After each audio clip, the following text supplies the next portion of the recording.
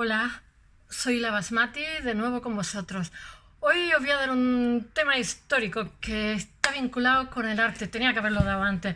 De hecho, creo que ha sido un error no hablar primero del barroco y de la contrarreforma, un día del barroco, otro día de la contrarreforma, antes de hablar de Carballo o de hablar de Rubens, porque es que ellos viven en medio de todo este lío. Y yo creo que es imprescindible, porque claro, ayer hablando de Carballo me preguntaba a mí misma y os preguntaba a vosotros, ¿por qué un señor que es homosexual, que lo último que haría sería escenas piadosas, se convierte en el mejor especialista de escenas piadosas? Es más, el mayor propagandista de la contrarreforma, sin quererlo, en su época es un escándalo porque contrata prostitutas para la Virgen María, ladrones para San José y cosas así, pero son unos cuadros maravillosos. Él dice que los contrata por el halo que tiene. Bueno, así que aquí estamos. Es un tema histórico. He evitado en la medida posible, hablo de arte, pero he evitado, porque básicamente si me pongo a hablar de la contrarreforma y el arte, no hubiera podido daros los temas históricos que son importantísimos, porque mirad, ahora voy a hablar de Inglaterra, de Francia, de España, porque estamos en la época de cuando España es una potencia y que realmente llega hasta la paz de los Pirineos, la paz de Westfalia con los franceses, con la guerra de los 30 años. ¡Ay, qué calor! Voy vestida de mi madre hoy, me está un poco grande. Y que me da pena tirarlo, no sé qué hacer. Y bueno, entonces voy a hablar del Concilio Letrán, el Concilio de Trento, pero sobre todo voy a hablar de determinados papas que en determinada época, cuya diplomacia repercute muchísimo en la arte, en la configuración de los estados, en fin. Voy a empezar porque el tema es un poco largo, así que voy pies para que te quiero. Mira, la contrarreforma es un concepto histórico que es reduccionista. Cuando te ponemos una etiqueta contrarreforma ya es un desastre, ¿no? Y entonces siempre hay que evitar la etiqueta. Está bien para introducirse, como he dicho, porque sirve para sistematizar. Cuando tenemos que introducirnos en algo que desconocemos, pues vale, pues sirve para eso, pero para poco más. En el momento que queramos saber de algo con un poquito de rigor, tenemos que traspasar la etiqueta de cuñados. Bueno, es un concepto religioso e histórico, y entonces es imprescindible que lo dé para poder entender la época. Pero es reduccionista, como he dicho, además de simplificador, como todo este tipo de etiquetas, como mañana hablaré del barroco, como tres cuartos de lo mismo. De hecho, la contrarreforma es una respuesta católica a la reforma protestante, pero realmente se hace antes, porque la iglesia ya sabía que las cosas no funcionaban, porque los sacerdotes eran por contrato, se compraban prebendas y se compraban un desastre. Es un movimiento mucho más complejo y mucho más plural, por decirlo de alguna forma. No es una sola cosa, sino muchas cosas, por decirlo de alguna forma. Y no es una sola forma de una reacción dogmática frente a la herejía y el error, frente al protestantismo. Sí, el protestantismo es como lo que sirve de revulsivo, por decirlo de alguna forma. La reforma católica en realidad es un largo proceso que empieza muchísimo antes.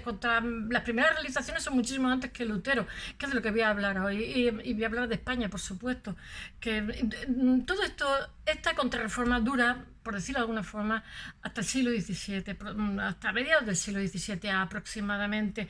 En España la reforma católica empieza bastante antes, porque tenemos un Cisneros, que ya sabéis que eso es la bomba, la traca, que me parece que era descendiente de conversos, como la rabia del converso. Ay, nunca mejor dicho. Bueno,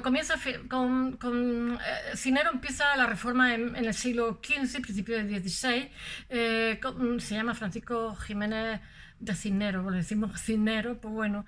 Él nace en 1433 y muere en 1517. Es franciscano, confesor y consejero de la reina, ya lo sabéis. Y bueno, a los pobres musulmanes y a los pobres judíos los machaca. Él es el que dice en Granada que se quemen las bibliotecas para que los que se han ido no tengan dónde volver. Es un bárbaro que para qué. Pero bueno, tiene sentido de Estado, y a la reina, pues bueno. Es arzobispo de Toledo durante una época, regente del reino, 1606-1617, inquisidor general también, que tiene cargos que no vea. Cinero reforma las órdenes religiosas, prohíbe la indulgencia antes que Lutero, antes que Lutero lo hiciera en Alemania, y refuerza la Inquisición y el tribunal creado a instancia de los reyes católicos en 1480, pero ya sabéis, para el tema de los conversos, de los judíos, etcétera, de los moriscos, etcétera. Y sobre todo, muy importante el dato que se desconoce, yo lo desconocía. En 1499 crea la Universidad de Alcalá de Henares, pero lo hace para que los sacerdotes tengan cultura, porque carecían de formación. A partir de Trento sí que van a tener formación los sacerdotes, y porque es una vergüenza. Y bueno, y cuya primera obra, ya sabéis, es la Biblia políglota, que tiene 6 volúmenes, se hace entre 1514 y 1517, e incluye textos hebreos, traducciones y revisadas en latín. Ya sabéis que la Biblia estaba en griego, etcétera, en latín, y un diccionario hebreo-caldeo. Eso me ha dejado a tope. Bueno, bueno, ya sabéis que en Italia está Savonarola, ¿no? Que hace de, ¿cómo se llama? De Florencia una, yo qué sé, como una república teocrática o algo así, un chalao también de mucho cuidado, pero bueno, genera un espíritu profético y místico que luego va a tener mucha influencia para inspirar movimientos posteriores a la reforma, la contrarreforma. Después, Savonarola es el que denuncia al Papa, a nuestro Papa español, de los burgueses, de Gandiano, ¿cómo se llama? De Xàtiva. Tenía un palacio en Gandía. Alejandro VI, que tuvo 7 hijos, tuvo. Él es el papa de Lucrecia Borgia y César Borgia. Un personaje muy interesante, porque aparte que tuviera hijos siendo papa, etcétera, a nivel de diplomacia vaticana fue muy inteligente las cosas que hizo. Bueno, el Savonarola lo denuncia por herético, por infiel, por yo qué sé. Y bueno, total, tiene 7 hijos siendo papa, pues tampoco para tanto. Bueno, es también relevante la creación en Roma de 1511 ahora va a ser un grupo que van a ser todos muy importantes. Ahí van a salir papas, van a salir, ¿cómo se dice?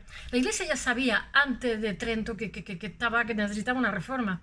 Bueno, y de ahí va a salir se crea en Roma ¿cómo se llama? En 1511 el Oratorio del Amor Divino, y de ahí salen papas, salen cardenales que están, sus miembros son y tengo que leerlo porque no me lo sé, Giampiero Carafa, el futuro Pablo IV, que es el Papa, Gian Matteo Gilberti, más tarde obispo de Verona, y el futuro cardenal Gaspar Cortarini, y Jacobs Sadoleto, después obispo del Carpentra. Todos ellos son hombres piadosos, y entonces que además han creado un grupo como de religiosidad primitiva, por decirlo de alguna forma, y están buscando trabajar por los vicios y los abusos, porque está muy corrupta la iglesia en aquella época. Si no hubiera sido Lutero, hubiera sido cualquier otro, porque los que estaban dentro ya estaban haciendo por provocar, digamos, generar reformas que estandarizaran la doctrina, que es lo que hace Trento de alguna manera. Y bueno, ellos están buscando la excelencia espiritual. Después, en Inglaterra están los cardenales John Fisher, que es el principal enemigo de la reforma anglicana de Enrique VIII, que está realmente buscando la idea de Estado. Y entonces, bueno, Tomás Moro, que ya sabéis que le cortan la cabeza, él es amigo de Tomás Moro. Y después está Reginald Pole.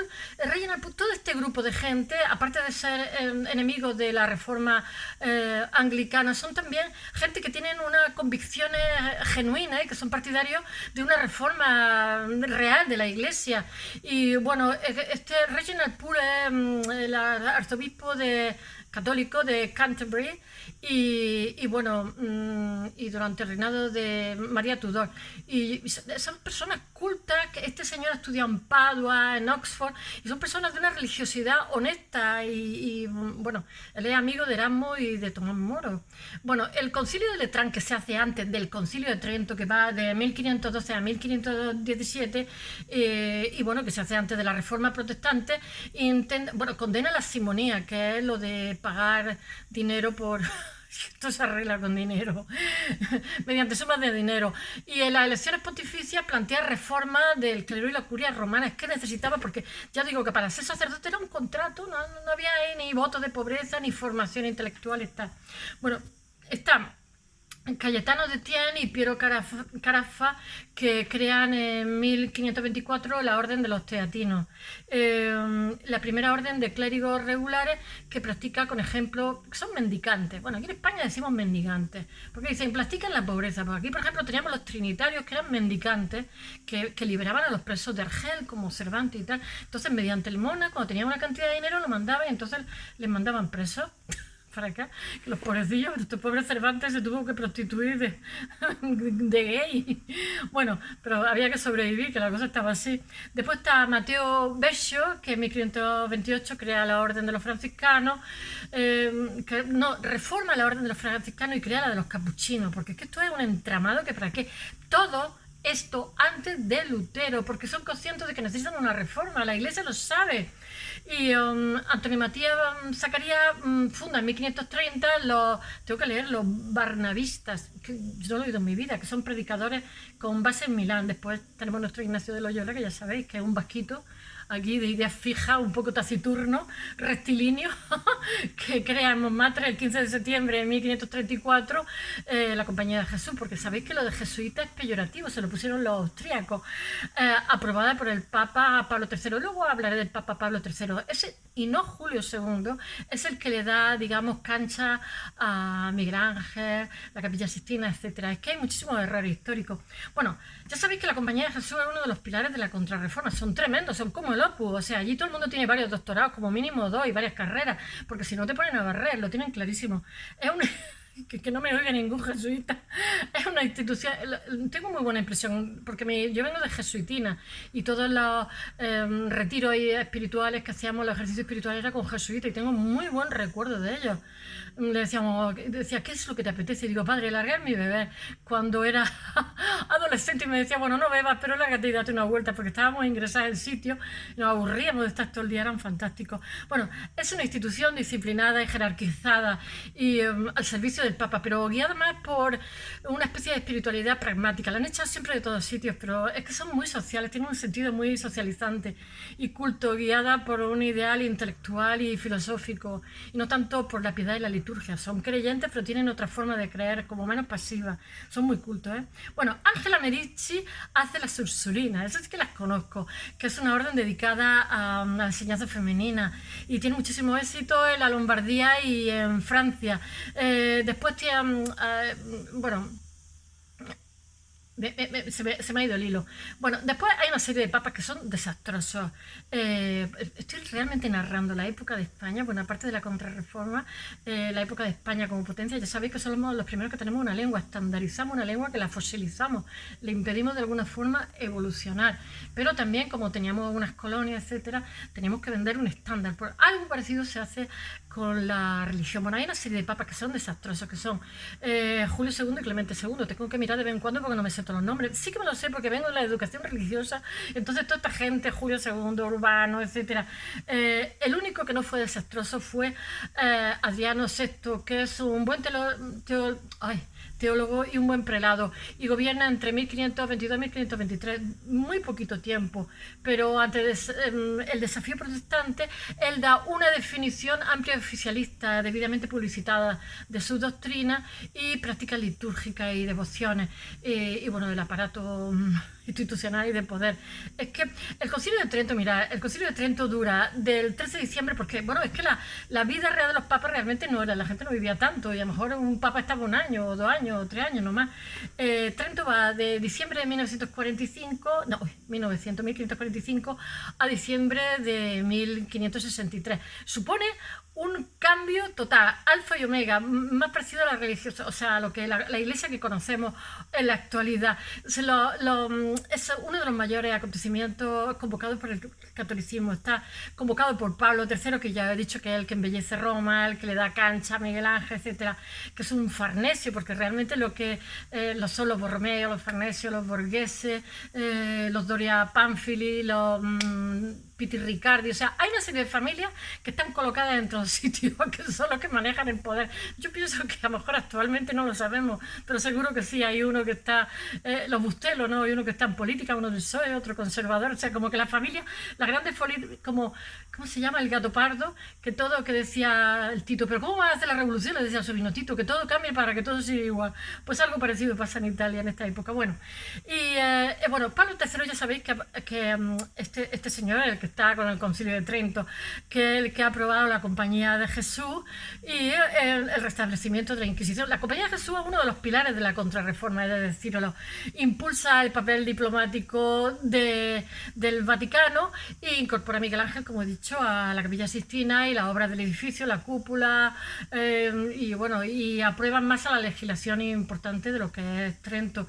Fija el canon de la escritura, declarando la Vulgata, la traducción y revisión, porque mira, sabéis que de la Biblia pasa como el Corán había 5 traducciones que se hacían oralmente, y cuando dijeron de convertirlo, dijeron, ¿cuál hacemos? Porque habían pasado muchas generaciones y no es que fueran muy diferentes, pero eran distintos. Y bueno, espero que no me oigan musulmanes, y bueno, hubo un conflicto aquí. Pues bueno, pues con la Biblia pasa algo parecido, extranjero. Bueno, ¿con cuál nos quedamos? Porque sabéis que la Biblia tiene muchos libros, tiene el Pentateuco, tiene muchos libros, y unos están en el griego antiguo, otro, o sea, griego clásico, otro no sé cuánto. Un lío, total, que al final se ponen de acuerdo en la Vulgata de San Jerónimo, que es un texto que no sé si es del siglo IV o del siglo V, para que ese sea la Biblia de todos los cristianos a partir de entonces. Y por supuesto, por supuesto que no tenga que ver con la Biblia de Lutero.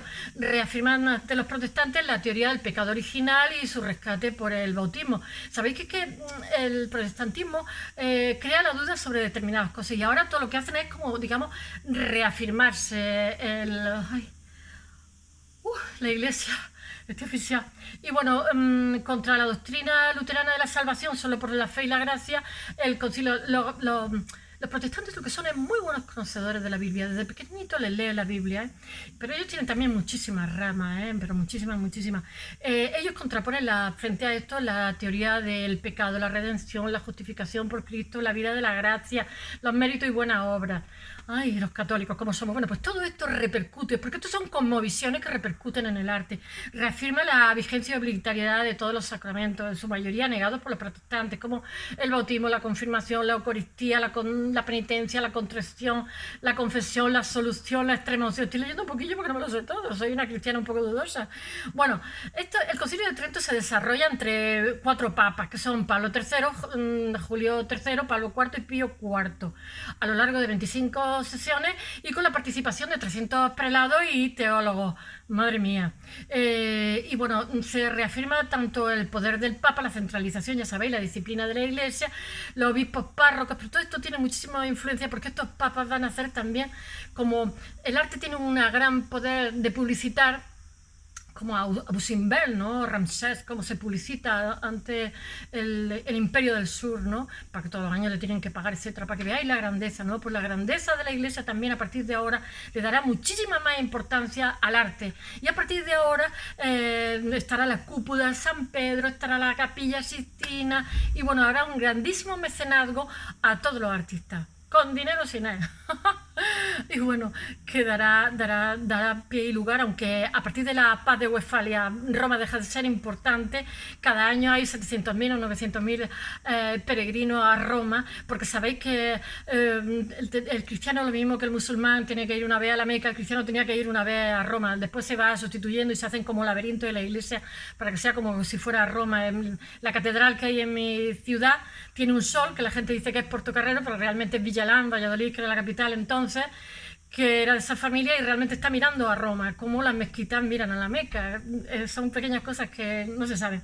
Bueno, Trento confirma la vigencia de la cuestión doctrinal, la liturgia, la cristiana, la misa como sacrificio de Cristo, el purgatorio, la invocación, la veneración de los santos y sus imágenes, el sacerdocio como orden y sacramento, no como contrato, que es lo que había, los votos religiosos y las monjas, también la cualificación en los seminarios, porque los seminarios han salvado del hambre a muchísimos niños y han hecho que mucha gente tuviera una grandísima cultura, porque era gratuito. Después no se hacían curas y punto pelota. Cuando eran adultos tenían 1 o 2 carreras. Bueno, Trento reafirma la Iglesia Católica, la hace rígida e intransigente en su doctrina, más uniforme y beligerante con la herejía, y más absoluta y centralizada. Pablo IV publica el primer índice de libros prohibidos y hace de la Inquisición uno de los primeros elementos de la Contrarreforma. Sí, la Inquisición es un poco chungo. Aunque os parezca curioso, la Inquisición en España tiene muy pocos procesos. Lo que pasa es que estamos ya con el mito de la leyenda negra, que realmente es un mito, porque realmente Europa, cuando nosotros llegamos a la Inquisición, ya ha expulsado a los judíos y los ha matado. O sea que somos los últimos. Es que sobre eso se ha hablado, quien lo dice no tiene idea de lo que... Bueno, Este papa es humanista y reformista en su juventud. El papa se instala ahora en el fanatismo. El papa que os he dicho, Pablo IV, es un chalado de mucho cuidado. Odia a España, odia a los reyes de España. Bueno, es una cosa, detesta a España, la Compañía de Jesús, excomulga a sus compañeros de Trento y bueno, como el cardenal Gianni Morone, hombres de Trento, y piensa perseguir a Carlos V y Felipe II, que creo que se muere. Bueno, el Concilio de Trento, a pesar de todo, rehace el mundo católico, le da instrumentos, valores y principios que le van a permitir sobreponerse con éxito a considerable a la gran crisis de la cultura, de la ruptura de la cristiandad y el protestantismo. Pío V es un dominico, voy a decir los 3 o 4 que hay en Trento, es un dominico que fue inquisidor general y publica el catecismo romano, los nuevos breviarios, los misales, aprobados en Trento, y proclama a Santo Tomás de Aquino como el pensador oficial de la Iglesia. Aquí cada uno va a reparar su casa. Excomulga a Isabel I de Inglaterra, inspira la cruzada contra los turcos y que trae la victoria de Juan de Austria en nuestro Lepanto y nuestro Cervantes que se nos queda manco. Sixto V es un franciscano autocrático, austero y firme. Os estoy diciendo los papas que son los que constituyen todo esto. Un gran gesto, posiblemente el gran papa de esta época de la Contrarreforma. Reforma la curia y todo el gobierno de la Iglesia, afirmando el poder papal sobre los cardenales, arzobispos y obispos, y le obliga a acudir con cierta regularidad a Roma para informar sobre la situación. Reurbaniza y embellece Roma. Esto es muy importante. Y el propio Vaticano. No estoy contando lo que hace cada uno a nivel artístico, porque si no esto no tendría fin. Ya os contaré en otro momento. Sanea la ciudad, quita la delincuencia, pone fin a la violencia y bueno, y anima a España a enviar la armada invencible, que vaya ánimo que nos dio a Inglaterra, pero es que había un pique con Inglaterra, con el anglicanismo, y bueno, y estimula la reafirmación de Polonia y Francia, ya sabéis que tenían los hugonotes y los janseánicos, y de la extensión del catolicismo en Polonia y en Francia. La Contrarreforma cuenta con excelentes obispos a nivel local, tiene el apoyo de Carlos V, Maximiliano II, de la España Felipe II, Maximiliano de Baviera. La España se asocia a la Contrarreforma con la escolástica, y tenemos a Melchor Cano, Domingo de Soto, Benito de Arias Montano, Francisco Suárez, bueno, que se hace el Escorial. Es que hay cosas que hay que decirlas. Tenemos a Santa Teresa, nuestros místicos, San Juan de la Cruz, y a Fray Luis de León, Fray Luis de Granada, yo que sé, a Calderón, el Siglo de Oro y el teatro de temas sagrados, ¿no? Y después tenemos pues nuestros grecos, Zurbarán, Murillo, Pedro de Mena, Gregorio Fernández, etcétera. Si me pongo a decirlo, no acabo. Después tenemos nuestro Carlos Borromeo, que Milán es español, que, como lo dije ayer, porque el pintor que os conté ayer nace en esta zona. Y este señor, junto a su sobrino, que son Borromeos, son de otra familia patricia romana, tienen la zona de Milán. Y entonces lo que son unos fantásticos mecenas de los artes, de las artes, y protegen muchísimo las artes y las iniciativas artísticas que hay. Y bueno, tienen como un modelo de la ciudad de Dios, que también eso sirve también para luchar contra la reforma, porque lo que hace la contrarreforma para luchar es el arte, manipula el arte. De ahí que Carballo es como el cabeza de, yo qué sé, cabeza de buque, yo no sé cómo se dice. Bueno, el jesuita Francisco Javier, ya sabéis que es compañero del fundador, que se va por ahí a Japón, a Malaca, a Ceilán, y se dedica a, bueno, muere de agotamiento a los 40-45 años, ya sabía el que le sujetaban la mano para, que todo esto me lo sé de mi época con las monjas, para bautizar, muere en Cantón. Después está Pedro Claver, que es miembro de la Compañía de Jesús, que también está en Cartagena de Indias, que bautiza a 300.000 esclavos negros, pobres esclavos. Después está Felipe Neri en Roma, donde funda la Congregación del Oratorio, dedicada a la obra de caridad. Todo esto son las reformas de la Iglesia, ya veis que son gigantescas, y os estoy diciendo nada más que una pequeña parte. Y después está la Francia de Richelieu, de Luis XIV, no solamente en la época de la Francia del clasicismo, que está también San Francisco de Sales, obispo de Ginebra, que hace el tratado de la vida devota, la introducción a la vida devota, el tratado del amor de Dios, San Vicente Paúl, que hace también lo de los lazarios o lazarenos, no sé cómo se llama, que es como el misionerismo rural, y bueno, que los lazaristas, que crea en 1625, son sacerdotes que están en misiones, que ayudan a la gente pobre, y bueno, en parroquias abandonadas, en cofradías de caridad por toda Francia. Ay, hay también una Francia que expulsa a los hugonotes, que son 2 millones, los persigue, y al janseanismo, que tienen como una idea, como un cristianismo como muy puritano, que tienen una idea de, ¿cómo se dice? Como la predestinación y tienen Port Royal, tienen su convento, lo quitan, todo lo que no sea... Bueno, Urbano VIII y Inocencio X son los últimos grandes del siglo XVII y bueno, que no es que destaquen por su religiosidad ni por su diplomacia, porque son dos par de desastres, pero de hecho todo lo contrario. O sea, Urbano VIII está indeciso entre España y Francia, no sabe a quién apoyar en la guerra de los 30 años.